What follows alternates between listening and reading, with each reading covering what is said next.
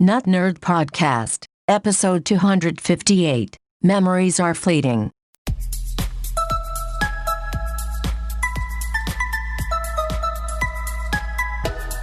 Welcome to the Not Nerd Podcast. I'm Nate Heath, and we are here to help you tech better. With me, as always, Mr. Dave Baylor. Well, hello there, Mr. Nate. You know what, Hello. Nate? As I look at your face, I'm reminded how much I enjoy doing a podcast with you. You're like a warm hug, a warm blanket on a winter day. Yes, and it has been wintry. Wintry weather is here, but we have got tons of tech news to talk about. Get into some follow-up. We both have in our hot little hands an iPhone 12 Pro Max. Yes, mine is better. You did go for the silver. I did. The silver, and I got the graphite. What do you think of that graphite? The graphite's kind of getting boring these days. It's not really black. I'm boring, and I just put a case on it right away anyways, but... Yeah, I got a clear case on mine. Here we are talking to our friends on the internet, and they're probably just like, you and your fancy tech gadgets. I'm just trying to use my 17-year-old flip phone, and you're talking about your new phones. But it had been a couple years for me. I needed an upgrade, and you're a yearly upgrader. Yeah, well, and it has been interesting. So I didn't really disclose this because I bought the 12 Pro, and now I magically have the 12 Pro Max. Well, I bought the 12 Pro outright to upgrade my wife's phone, who was using an 8 Plus. But I told her that I would be using it until my Pro Max came. So that's how I worked it this year. Okay. My lovely wife, she got upgraded to the 12 Pro. So she's getting adjusted to the no home button, the Face ID, all these new, where to swipe, all that kind of stuff. And I forget, because it's been a couple years now since I've had a home button. And I've had a couple other people, it seems like a big upgrade year this year. I don't know if it's just because it's, they've reached out to me. But actually a friend of ours, Sandy, she got her 12 mini delivered on Friday, and she also needed to come over to pick up some pies from preschool. But anyway, she brought her phone over and she let me unbox her Project Red 12 mini. She was like, this is special to you. I'm going to let you do this. So I got to feel it. That 12 mini is a very cool phone, but what are your quick initial thoughts on the 12 Pro Max? I will mention, I'll link in the show notes, that you did make a little video talking about your cases and stuff on the 12 Pro Max. What are you thinking so far compared to your 10R? Well, I think we've talked enough about that. Now tell me about those pies again that she had. Hey, if you were on Facebook, we had a pie fundraiser, and we sold a lot of delicious pies. I'm easily distracted by pies. So far, I like it. The display, it's interesting because the overall size of the phone is not that much larger than the 10R. I mean, it is, but not like gargantuanly large. However, it's got smaller bezels, and the 10R's got giant bezels. So the difference in screen size is actually more significant than the difference in physical size, which I like. And of course, there's the OLED display, which is different from the LCD display on the 10R. You kind of got to get used to it. They're different beasts, and there are people out there who would say that the OLED screens are superior in every way to an LCD, and I would disagree with them wholeheartedly because that is not the case. But overall, I really enjoy it. I enjoy doing my email on it, watching videos.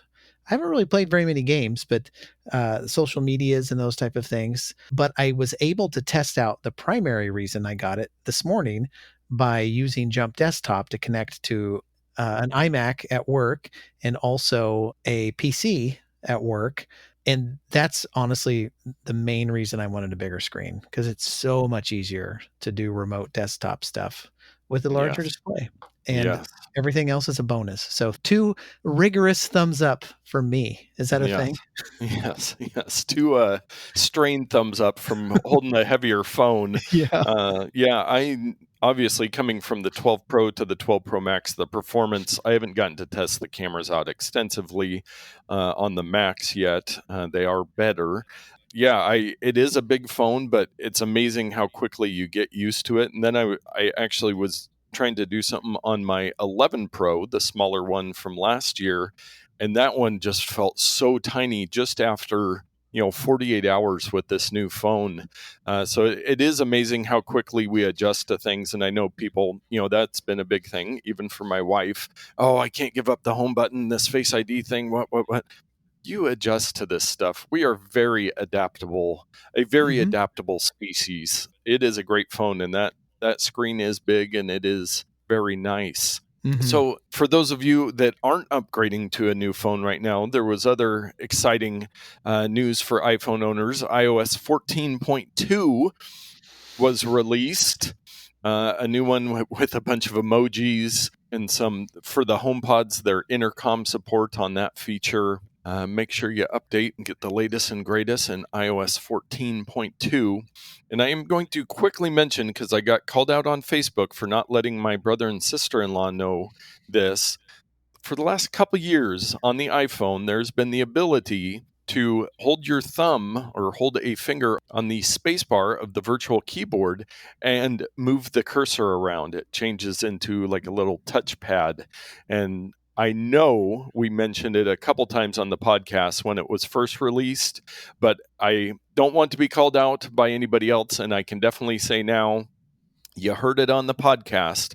And I'm not sure if it works on Android or not, if they have a similar thing there. But on iOS, for the last couple versions, which is very nice if you're typing something out long and you want to get back to something to correct something, just hold your finger on the space bar and you can move that. So that's a little rewind pro tip there for you. Yes, and not to be outdone by the little screen devices, if you have an iPad, you can put two fingers anywhere on the giant keyboard on the iPad screen, and it turns your cursor turns your cursor into a mouse pointer, basically. And the spacebar trick works as well if you just want to put your finger on the spacebar and move it. Give it a try. You'll find out what we mean, but it's easy to move that little cursor in between individual characters or in different lines of text, so you don't have to try to tap, hunt and peck. I do want to circle back real quick on your new phone experience, because I think I have now set up a phone 4 or 5 times just since the iPhone 12s came out, between friends and then swapping ours around and everything. Yeah. Dave, can you please confirm to our listeners what I keep trying to tell people about how easy the setup process is going to a new phone? Yeah, it's easy. If you have a phone that can run the last couple of operating systems, and so this new one that came out is iOS 14. If you're even using a phone that has iOS 13 from last year, all you do is you turn on your new phone, and then you have your other, quote, old phone, the one that you were using 5 minutes ago, next to it, and you unlock it. When you turn on the new phone, it'll be like, oh, I noticed there's another phone sitting right here. Do you want to transfer all that information over to this one? And you go, well, I think I do. And it gives you a couple options. You can initiate a new backup on that other device. It'll do it for you so that you get the latest backup. Or you can say, forget about it. Just transfer it over. I don't care about backups. So you get a couple options, and you just sit and wait. And then it'll be like, hey, do you want to start using your phone right away while it downloads stuff in the background? Or do you want us to just take over the phone and download everything right now? So, I mean, outside of answering like 2 questions, it's very simple. Very simple. Yes, it is much streamlined. My friend Sandy with the 12 mini, I think hers was an 8. And so she just, that's what, 4 or 5 years old now. Mm-hmm. And she's like, I walked her through it. She's like, how do I set this thing up? I was like, watch this. And within a minute, it was activating and started copying her information, switched the phone number over real easily. It is a great process. So don't let that hold you back from getting a new phone. No, it's very, very simple. I did also want to mention that not just in the iOS world, but the macOS world, the new version Big Sur came out on Thursday. I upgraded my laptop. I made a clone backup on top of all my other regular backup that I do, because one backup is none backup. But I upgraded. It's been going smooth. One of the things I was most excited about is the Messages app, which I use a ton on my Mac, is now nearly identical to the iOS version. You get a lot more features in there. You can do the apps. It just makes it real smooth. They've changed some interface stuff. Dave, do you have any? You were using the betas for quite a while, but any other thoughts on what people need to know about Big Sur? Well, it certainly is going to look and feel different than what you're used to. I've been running the beta for quite a while just so I could get ahead of questions from people who inevitably are going to upgrade and go, where did my setting XYZ go? Most notably is the notification center and control center that you may be used to on your Catalina and before. They're all different now. There's all your little widgets are contained in a little control center, much like on iOS, or you turn on your Bluetooth, Wi-Fi, AirDrop on and off, that type of stuff. And notifications now, there used to be a little icon that would bring over a sidebar with notifications and a couple other settings. Some of those settings have moved into the control center. You can do a fancy swipe if you have a trackpad. But if you click on the time now, it brings over not merely a notification view, but widgets. Widgets are back. They've moved over from iOS, but a long time ago, they used to be part of the Mac operating system. So it's this peanut butter's getting in jelly, dogs and cats are living together. Things are kind of getting mixed up. And so there are a few of those things. And then also most notably, as screens have gotten more high resolution over the years, the menu bar has gotten bigger and bigger, but the number of icons has remained roughly the same. And so Apple has taken this opportunity to space them out. And so everything looks much more spacey and airy, and it takes a couple weeks to get used to the look, honestly. Yeah. But when you do finally get used to it, you'll look back at old devices and go, oh, that looks terrible. What happened? And the last thing I will warn people about is the Finder. This is a terribly named program that's basically part of your desktop environment where you click on the little man in the bottom and it brings up a window. Windows calls them windows. They call them Finder windows on Mac, I guess. You open a window and all the icons look different. There's no labels anywhere. And the most difficult thing for me to wrap my head around was the search. I use the search in my Finder window all the time.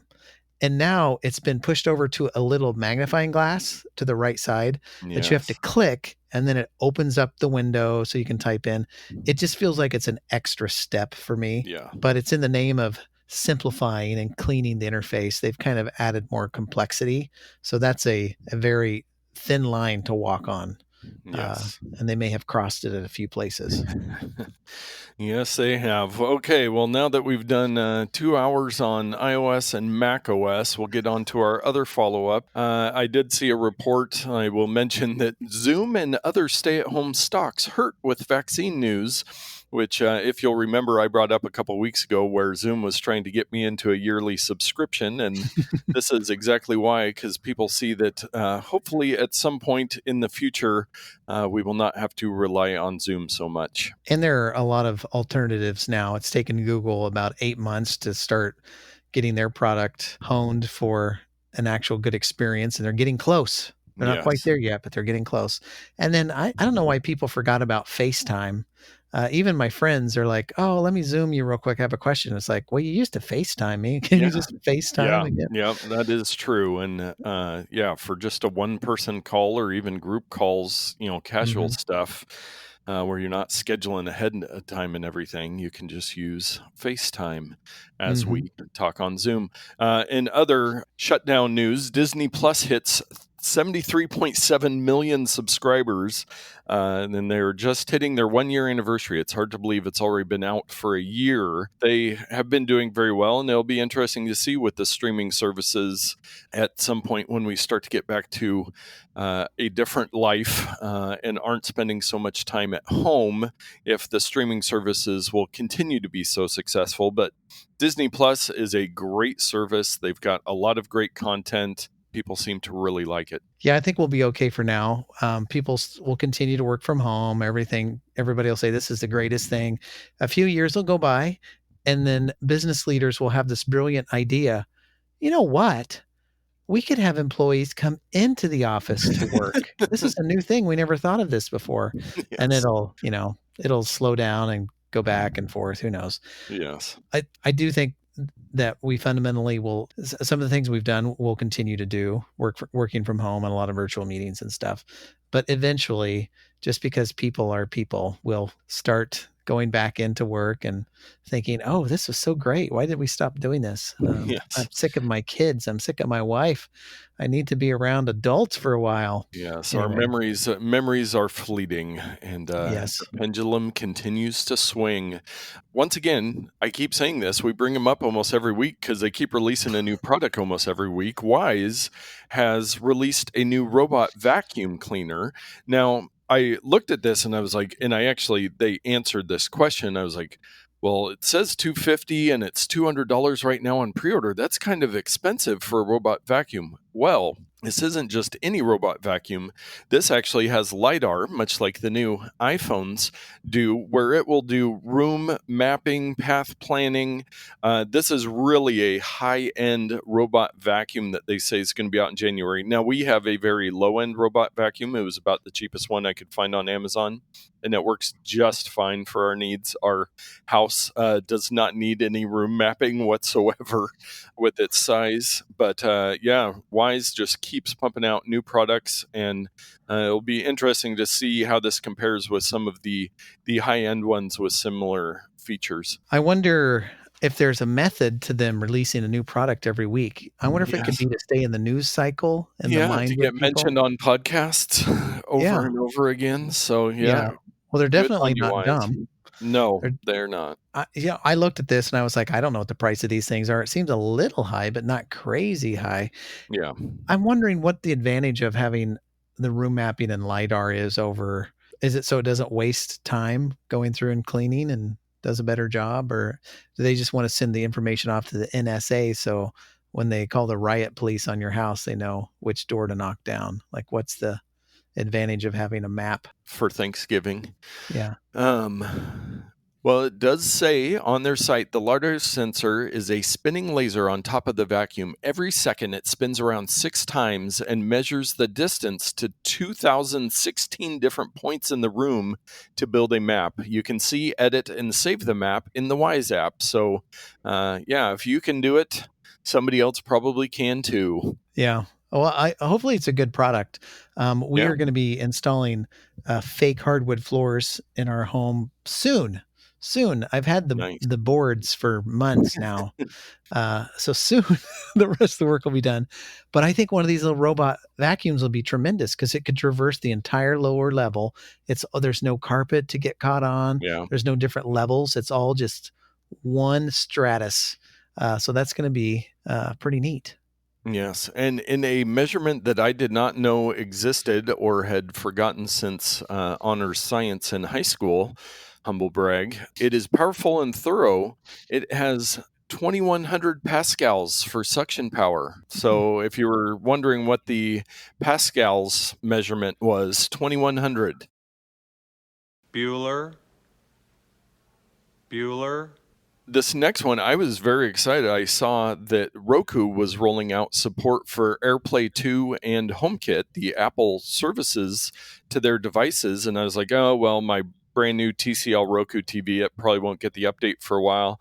I go into the menu, check the settings. I was already on the new version. So I do have an Apple TV 4K that I use for all my TV viewing. But for somebody that just has a Roku device, now you can stream stuff directly from your phone or device to the TV, and you can incorporate it with HomeKit, which is a very cool feature. It's very unique as we start to see Apple branch out with their services and allowing them to be used on other platforms. That is not something that has historically been the case. So I'm wondering, what advantage is there to the Apple TV now other than downloading apps?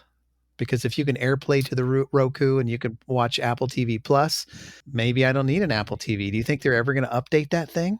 I don't know. I will tell you this. The Apple TV is faster, and even with my frustrations with the remote, it's a smoother experience, just the overall. But yeah, it basically boils down to the App Store and mostly the games and stuff, which I don't believe you're going to have access to that type of stuff on a Roku. I'm going to blow your mind. What if they come out with Apple Arcade or the Apple App Store app for Roku? Yeah. And it streams from their servers, You know what I mean? You have access to all your apps, but when you click them, they're not running locally on the Roku. It's streaming it. Oh, Hmm. genius. Yes, because it does have the Apple TV app, like for the Apple TV Plus content and everything on there. Yeah. So Hmm. I'm sure Apple has a plan. I'm sure they do. And one other thing Apple is planning ahead on, and we've mentioned this in previous years, but I want to remind people they have a very generous holiday return policy. So from the time you hear this through Christmas Day, December 25th, any purchases you make through Apple, they have an extended return policy until January 8th. So that's one thing people worry about. They say, well, I'm doing my early Christmas shopping. It's the middle of November. If I buy it, there's only a 14-day return policy. Well, the companies are doing this. And I say companies because I noticed I was looking through my Amazon purchases, and many of my recent purchases, it says that I can return up till January 31st. Wow. So Amazon more than a full month after Christmas. So that's a really nice feature because it is nice to have the return policy if it's not exactly what you needed. And for them to extend that out so far, that's something that you should keep in mind as you do your holiday shopping or any shopping online. You've got a long window to return it. Does that mean I can return my phone next month if I wanted? Yeah. How does that work? Well, yes, you could because you got it on the after the cutoff. So you could return your phone in January if you liked. Maybe I'll switch to Android then. Yeah. Please do. That would give us plenty of podcast content to talk about. Not getting talked about, TikTok announced or put out this week. They would like to know, the whole Trump going to shut them down and cut them off in the U.S. thing. These dates keep passing and they just haven't heard anything. It's like there was an election going on or something. And I will remind people, I probably should have done it some point earlier in the episode for something we said that was controversial. But we are the most nonpartisan tech podcast on the internet. So Trump made this big hubbub about shutting down TikTok, and then TikTok's like, well, are we shut down or not? You got to tell us what's going on. So yeah, I think they're probably okay. I think, like you said, he probably just forgot about him and it's like, oh yeah, whatever. I got bigger fish to fry. Yes. And speaking of shutdowns, this isn't a shutdown, but we talked often about Google and their changing and ending of different services. Well, our beloved Google Photos, it's not going anywhere, but they are changing things up. And this doesn't happen until June of next year, 2021. Google Photos, they've had this free unlimited storage. I've got 40,000 pictures on there. It's one of my backups for my photos. Everything gets automatically uploaded from my phone. Well, they've announced that after any photos uploaded after June will count against your Google storage. You get 15 gigs for free with your Google account, and that's your email and everything you use, Google Drive. But then you can purchase the Google One above that. They're going to put in some notifications to kind of show you, how long you have based on how many photos you take before it fills up. Your old stuff won't count against it. So if you haven't started Google Photos yet, you've got 7 months to get all your photos uploaded, so they won't count against that. I can't blame them on this. I mean, how many billions and trillions of photos are stored on there that they're, just kind of giving that away? One of the tools that they said they were going to provide is kind of a duplicate finder and an algorithm that would kind of show you crappy photos. It's like, do you really want this picture that's way too dark and as crooked as it appears to be of the ground? Yes. Like maybe we could delete that. Would it be okay to save some storage? 500 screenshots of your home screen because you picked your phone up wrong. Yeah. Or, these pictures of food at the aisle in the store that you took pictures of to send to your spouse saying, hey, do we need this? Yes. Do we really need to archive those type of out in the world photos? So I can't blame them for doing this. And I have to believe Apple gets a big black eye for having only 5 gigs of storage for all of their iCloud accounts. Everybody's like, but I've got 128 gigs on my phone. How is that even fair? Well, it's fair to charge you for every single thing. I mean, 5's pretty good.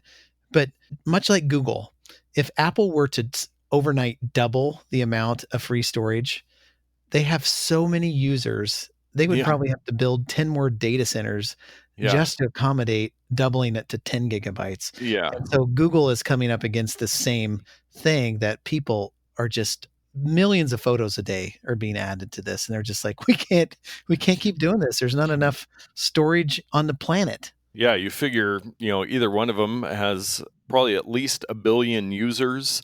And so those numbers you think about how many photos you take, and I take a lot of photos. So you start multiplying that by billions, that adds up pretty quick. Yeah, it does. And you know what else starts adding up pretty quick? Dave's Pro Tip of the Week. Well, I thought we'd keep the topic on photos today. Dear beloved listener Todd wrote into our Facebook page and was kind of in a quandary. He's like, I updated my 17-year-old phone to iOS 2. No, I'm kidding. I'm being a little facetious. He's got a relatively new phone, and the latest update, iOS 14. He has discovered that there are some changes and some new features to be found on the camera app of his iPhone. And even though some of these features have been around a while, they are not very discoverable. And I completely get if he just all of a sudden noticed something, because they're so hard to find. So I thought today we could go through a couple things. And Nate, you are an accomplished iPhoneographer. And I thought if you need to pipe in and remind me of anything that are missing, please let me know. But let's open up our camera apps, everybody. If you're driving, you just pull off the side of the road. This is completely worth your time, I'm sure. Turn your flashers on and pull out your phone. Yeah. So, you're greeted with something that looks very common, the photo viewfinder in the middle, and then stuff at the top and bottom. One thing I will say that has changed back and forth is what happens when you hold down the photo button. You're in Photos and you tap it. Of course, it takes a photo. Now, what happens if you hold it? If you're in your Photos section of the camera app and you tap the photo button, of course, it's going to take a picture. But if you tap and hold the photo button, it turns red and starts recording a video. Now, when you let go, it's going to turn the video off and go back to normal. But there's an option to slide the button to the right or to the top or bottom if your phone is in a different orientation, and it will lock it into recording video mode. And then a new button appears that allows you to tap and take photos while the video is recording. So that is kind of a hidden feature. Now, people started to complain that when you tap and hold, it goes to video, because you used to be able to go to burst mode. Well, in iOS 14, they brought this feature back. If your phone is in portrait view and you click and if you tap the photo button and quickly move the button to the left, it will do a burst photo. And if you're in landscape mode, you go down with the button. So I will mention for the burst mode, because I like burst mode, especially with a 4.5-year-old running around. In the settings app under camera, you can switch on, I don't know if it's on by default, where the volume up button will do burst mode. So that is the habit that I am in, because the swipe thing's always confusing. So I will just hold down volume up to do my burst mode photos. That is a great tip. And to not stay on this all day long, I'll quickly try to go through a couple of these other points. You're probably familiar, if you slide back and forth or drag your finger back and forth anywhere on the screen, you'll switch from like video to slow-mo to time lapse to whatever, portrait mode. Now, if you swipe up on your screen, there is a new set of features, if you're on photo, that appear. And this feature is duplicated by a small arrow at the top of the screen. So you can either swipe up, like on the word photo, or click that little arrow up by your earhole speaker at the top. And you're confronted with a whole new set of features. And many of these that I completely forgot about, or you have to go to the settings app to find. You can turn your flash on and off. You can set it to auto. You can adjust the night mode if you're on a newer phone. You can turn your live photos on and off. You can change the aspect ratio. You can adjust the exposure levels manually. You can adjust the timer. All these things that were kind of hidden in other parts. They've put down in this little menu bar. The display at the top will show the status of your flash, the status of your night mode, the status of your exposure as you change them. It's really turned into a more professional camera application, much like Halide or Camera Plus and some of these other apps that you can purchase.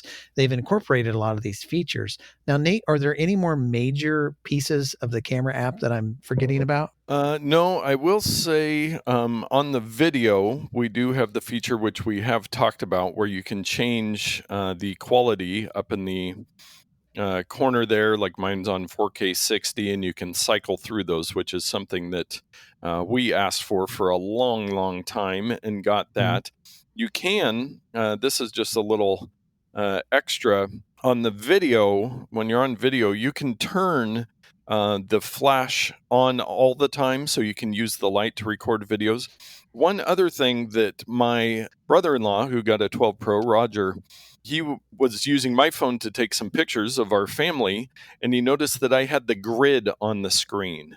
Now, if you go back over to your settings app, you can turn on a grid, and I always leave this on because I like to get my horizons level and, being able to frame your pictures. So turning on that grid is just something, I don't know why it would annoy you, but it really helps you frame your photos. So if you're looking to up your photo game or your video game, try turning on that grid in the settings. I think that's a nice little thing, but the app really has gotten a lot of improvements, and like you said, a lot more of those professional features. It's good. There's other ones that are really great, like Halide you mentioned. They just released a big new version. I have probably 15, 20 different photo apps on my phone. 99.9% of the time, I just open up the camera and start taking pictures because it's just so easy. So if you guys have any questions about how to do anything, please let us know. Or if we miss something, let us know as well, and we'll cover those next week. Nice. Well, let's get on to our takes. Which day was it? Maybe last Tuesday or something. YouTube had a worldwide outage. I actually noticed it. I was trying to pull something up on YouTube TV. That wasn't working. I'm like, what are they doing? And I was like, I'll switch over to YouTube and watch a video. And that wasn't. So I took to the Twitters, and Team YouTube tweeted, it was November 11th. If you're having trouble watching videos on YouTube right now, you're not alone. Our team is aware of the issue and working on a fix. We'll follow up here with any updates. And it was out, I think, for an hour or two. Let's see, 6:13. Yeah, so it was a couple hours it was out. But you just think YouTube, again, like Google Photos, how many people are using YouTube? That's a pretty big outage. I have not seen any updates on the specifics. I don't know if they've realized that, but just everything. There's actually a fundraiser that I was doing something for, and they had videos from YouTube, and I'm like, your videos aren't working. That's how I originally found it out. I thought it was a problem on their side, but no, it was just YouTube was completely down. Wow, this completely missed me. I must have been doing something else right during that hour. Yes, yes, you got lucky. We mentioned this a while back, but you can only imagine it's increased that many of the big tech companies have increased their lobbying recently, and they had a little report. Google spent more than $1.9 million in lobbying in the third quarter of this year, a 14% increase. Facebook spent $4.9 million, a 1.5% increase. And I think the last time that we talked about this, it might have been earlier this year. Lobbying is something we just tend to forget about, but these companies are very invested in getting in front of our government and protecting their profits. And that's all I'm going to say about that. Slingbox. I don't know if we've ever really talked about Slingbox. There was a they had a TV service and boxes like TiVo. They had a Slingbox. Well, it's all going away. So if you've got one, sorry, you're out of luck. And that's the problem of buying into these tertiary technologies that do things like, hey, there's TV content providers, there's the networks, there's the big streaming services. And then here's this other product that like makes use of those things. Well, they're great for a while, but none of them have really lasted that long. Even TiVo's gone through a bunch of different iterations, and it's like, hey, you can have a lifetime subscription to this thing. And then like well, we're out of business, so sorry that you paid all this money. I don't know anybody who uses Slingbox, so this is interesting. But yeah, there's a note on the website that you link to. Stop buying these things, Yeah. because if you buy them, you see them on a shelf at a discount, you're not going to be able to use them. Yes. And it does look like it will be November of 2022 when they will officially flip everything off. But they said, and they are owned by Dish Network. So some of the functionality might get folded into Dish stuff. But yeah, if you use Sling, let us know. Hopefully you don't, and you use something else. And our buddies at Ring Video Doorbells, which I know some of our listeners use, they have recalled 350,000 smart doorbells because they are at risk of catching on fire. Yikes. Not good. Yes, that is a lot of doorbells. It is the second generation Ring doorbells. And again, about 350,000 of them that they have put a recall on. So one of the upsides of a lot of these products and services we use is that, you have an account, your device is registered. So hopefully they will let you know if this affects you, because you probably have a Ring account that your doorbell is connected to, and they know which device you have. So that's good that they should be able to get the information out to everybody, but that is not a good one. So I don't know if you have one of these, if maybe you should just take it down for now. I haven't heard of any fires, so hopefully they got ahead of it. This says the video doorbell's battery can overheat when incorrect screws are used for installation. And according to this notice, they've received 23 reports of doorbells catching fire. Well, there it causing is. Property damage. Yeah, that is not a good one. 8 reports of minor burns. Not Yikes. Good. Those batteries, they always get in the way.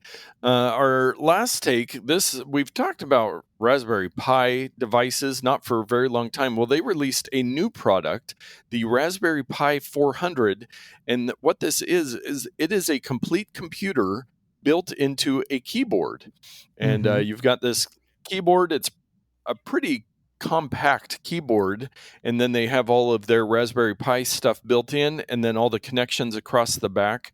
Again, I wouldn't recommend this for heavy use, but these are fun little devices, and if you have somebody that just wants to tinker around with Linux or setting up some different stuff, you might want to check one of these out. I think they run about $100 for this one, so you're getting the keyboard and one of their latest ARM-based computers built into it. This is intriguing because kind of everything is built in, and of course it comes in the keyboard included, but you can just hook a computer monitor to it and a mouse, and actually the thing is like $70, and then you can get the HDMI cable, the SD card, the mouse, power supply, all that stuff for the $100 price. Yeah.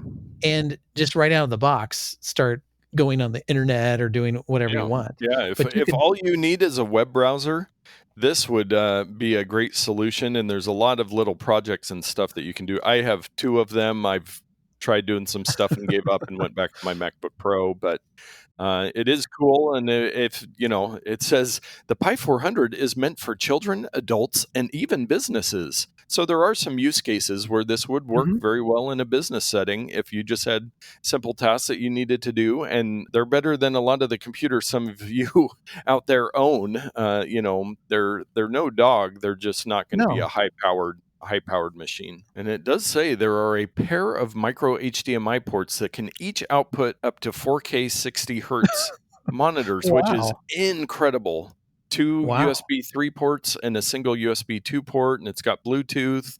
Power's provided via USB-C port, and then, like you said, a micro SD card that you use to kind of run your operating machine. But they are fun. If you're looking for a little project, get one of these and just try it out. Buy it on Amazon, then you get that generous return policy. If you have a tinkerer in your house and a child who's predisposed to this type of stuff, this is a no-brainer for Christmas. Get them this thing. They'll love it. Yeah. Yes, indeed. Our security and privacy stories of the week. The first one was simply titled, "The Police Can Probably Access Your Phone." And we've talked about some of these devices and programs that police departments utilize. And this one is pretty just a really good look at how many different police departments have these devices. It actually mentions in the article Bend, Oregon, which we were talking about the other week, that they have spent like $60,000 on getting these devices so that they can hack into phones. It does say that they are not always successful. It's not a guaranteed, you arrest somebody, you plug your phone in, you have access to it. Sometimes it can take a long time, long after the court case is over with. So there's different varying success on getting into the devices, but there is a lot of money being spent around the world on buying these devices to try to get evidence off of phones. Yes, indeed. And our other one is a really interesting read. And we hacked Apple for 3 months. Here's what we found. So it was a group of 5 guys. Isn't that a restaurant chain? Yes, they make a delicious burger, and you can Yeah, put they whatever do. you want on it. But these 5 guys, one of them started reading about the Apple Bounty program that we've mentioned before, and they thought it was just for hacking like into an iPhone or stuff like that. But they found that it was applied to any of Apple's services that, have security issues. So they got together and started running all this reports, and and they've actually got all of the different things, but they found a bunch of bugs in Apple in some of their like distribution center software and some of their support websites. And it was really crazy. They found 55 vulnerabilities with 11 critical severity, 29 high severity, 13 medium, and 2 low. They said, as of October 6th, the vast majority of these findings have been fixed and credited. They were typically remediated within 1 to 2 business days, with some being fixed in as little as 4 to 6 hours, which is pretty impressive on Apple's side to get these reports through their bug bounty program and then getting them fixed really quickly. Even Apple, with all their stuff and all their privacy and security, they still had some issues. So they had found that what got this one guy started, somebody had found a 0-day and signed in with Apple and got a bounty of $100,000. So I didn't see mentioned in the article here how much they received, but with finding 55 different things, and they spent 3 months, they probably got a pretty good little payday on this. If you make it worth it, people are going to go out of their way to help you solve the problems. If you don't offer them anything, they're just going to hack your stuff and steal whatever they want. So our bonus odd take of the week, we're, as we mentioned before, doing lots of Zoom meetings. Well, Taco Bell has officially, and I will link to it in the show notes, they have released video backdrops, Taco Bell themed, a couple video ones, as well as just some photo ones that you can add to your video meeting. So if you're a big Taco Bell fan, you can check this out and add them in to your thing. There's one with a bunch of TVs with Taco Bell logos and everything. So I downloaded them all and posted on PDX Fast Foodie, but just a little fun thing here. I'll put one on for you, Dave. Okay. Let's see if it'll work. I saw your post and I downloaded. Oh, very nice. I downloaded a bunch of pictures. I was having some trouble with some of the videos, but yes. Oh, that's beautiful. Yeah. So why don't I have one of those right now? Yeah, what are we doing? We are slacking. I was actually trying something to surprise you, Dave, with a different video background feature, but I could not get it working. Even I could not get it working before we started recording. So, maybe next time. Yes, maybe next time. But this time we definitely have our picks of the week. So I just wanted to give you an update on some other picks of the week, Animal Crossing. I finally was able to get into Biden Harris's little village and download some of their stuff. I mean, it was post-election, so it was not that exciting or whatever. But man, whoever built their little town has spent a lot of time. Somebody got a nice little paycheck on that one, I'm sure. They put some time behind that. They're like, let me get this straight. You want me to play Animal Crossing and you're going to pay me money. And I just play. Yeah. All right. Very good. Not to be outdone, I have another game I'd like to talk about. And this is an oldie but a goodie, but I've been able to take advantage of it well with my new shiny iPhone 12 Pro Max. I keep wanting to call it a 10R. I don't know why. But my 12 Pro Max. And the game is none other than Angry Birds AR.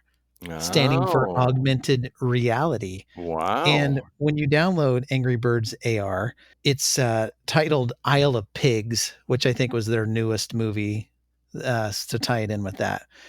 And what you do, it's like it's very similar to other Angry Birds where you have a little bird on a thing and you on a slingshot, and you pull it back and you launch him into blocks containing pigs and their stolen goods, and you knock them down, and then you get the stolen goods back and you advance the next level. Wash, rinse, repeat.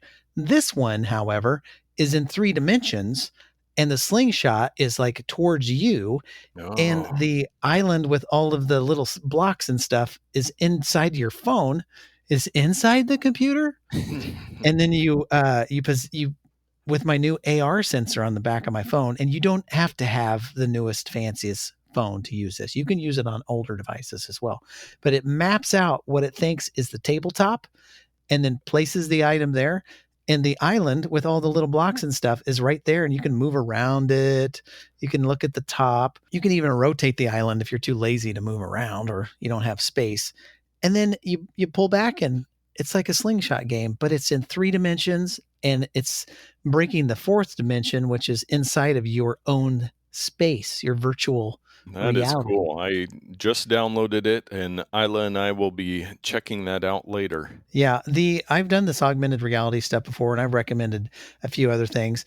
I got to say, with the new phones, the very latest processors, it is rock solid and super fast.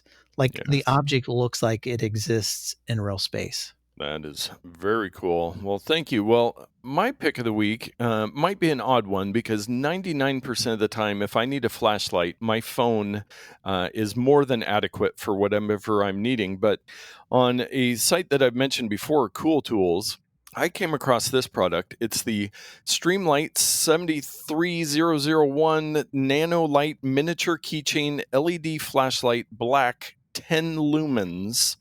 Wow. And this thing is the tiniest flashlight that you will ever see. Dave, I'll send you a picture so that you can check out just how tiny this thing is. I mean, this thing, it's about an wow. inch and a half long with a little carabiner on the back. It just takes one little or a battery or two in it. It comes with it, and then it just has one LED. Now, this thing is extremely bright. It's tiny, so you could keep it in your pocket if you wanted to, or on your keychain. It's not going to take up a lot of room, but it is a very cool little flashlight. And Dave, what would you pay for the Streamlight 73001? I don't know. It seems like it'd be worth $1 million. This thing's phenomenal. What type of batteries does it use? Just the little watch batteries? It uses 4 IEC LR41 coin cells, but only powering one yes. LED. I figured this thing was. They actually have a picture here of just keeping one like on your coat zipper. Like it's that small. It is small. I don't know. It's hard to price these things because back in the day, I used to have one of the little, what's the famous Maglite? Yeah, but a tiny one. And it just had like a AAA cell that was in it. And it worked okay, but it was not LED. It was standard. So a standard bulb, it was not bright at all. No. So now, like, time has advanced and technology has gotten much better. This is a much better tool. I'm going to say this thing probably way off. $8.99 for this light. Well, it was a no-brainer for me. $6 even on Prime free one day. I mean, just so if you're looking for a stocking stuffer or need something, a dark closet, whatever it is, and you just want to have something tiny, buy one of these for everybody you know. It's a very cool little product. That's neat. Yeah, it's much more portable and handy, like you said. It's like a keychain kind of. Stick it on your zipper tie. Stick it in your pocket, your belt loop. Anywhere you need a tiny little flashlight that has a surprising amount of brightness. Well, Dave, that brings us to our Amazon purchase of the week. We love it when you guys use our Amazon links. Like to buy that flashlight, but I looked through the anonymous report, and this week it could have been you, but somebody purchased the Lego Marvel Avengers Taskmasters Ambush 77905 exclusive Black Widow movie building kit. Includes Black Widow, Taskmaster, and Red Guardian minifigures and the Taskmaster's vehicle 230 pieces. Can we say Taskmaster any more? No, we could not. Well, before you even show me the picture, I'm going to use some math, maybe Yeah. even some science. Now, I'm not a junior science award winner. What was that thing that you said that you were? I was in honors science for a couple years in high school, and I lettered in math. Maybe yeah, that's lettered where in you math. got confused. I didn't letter in math, nor was I in honors science. But I'm going to go out on a limb and say this thing retails for probably $23.99. I bet this kit, though, it was on Amazon. Yeah, I'm going to send you the picture over so you're getting some minifigs. Oh, Black Widow. I'm not up on my Marvel. Oh, yes. This is different. This is neat. It's like this car. Who's the bald guy? That would be Red Guardian. Red Guardian. He's not bald, but he definitely has some widow peaks going on there. Yes. Yeah. Man, I'm going to say this thing was a deal. Somebody got a steal on this thing, and they got it for $19.99. Dave, your Lego skills are poor. This sells for $89.95. How? I don't know. How am I so off on this? 230 I pieces? Isn't it 10 cents a piece?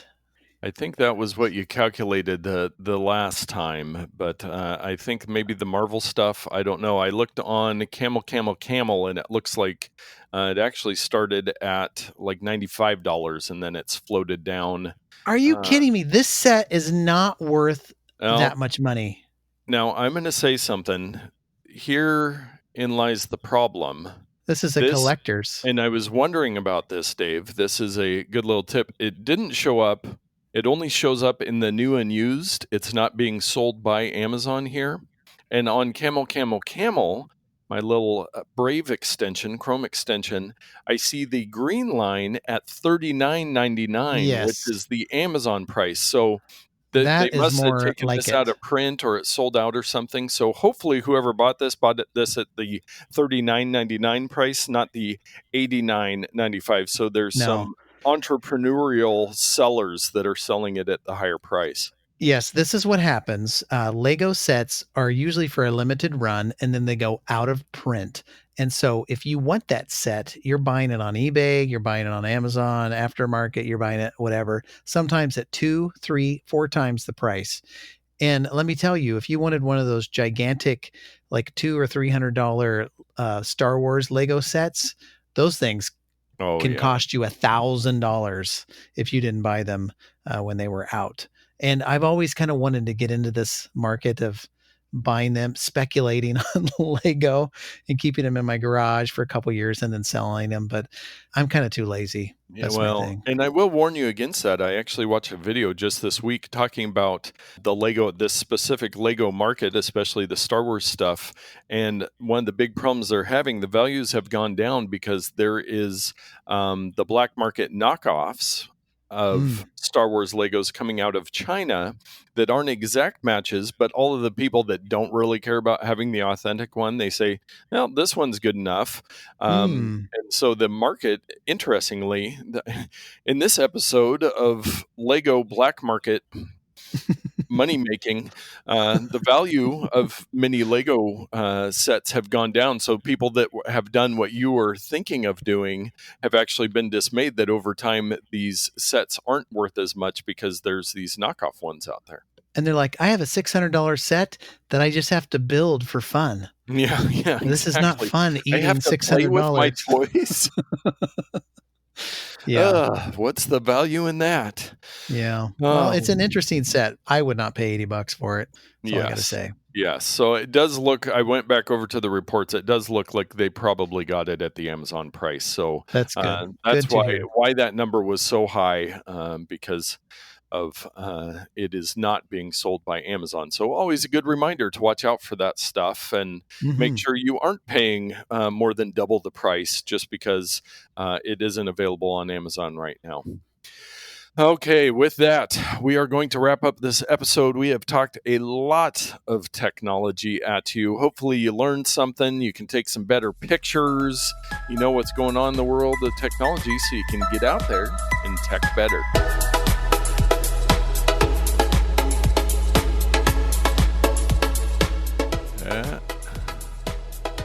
Hello? Hello. Hello? Did you hear any of my rant? No. Oh, no.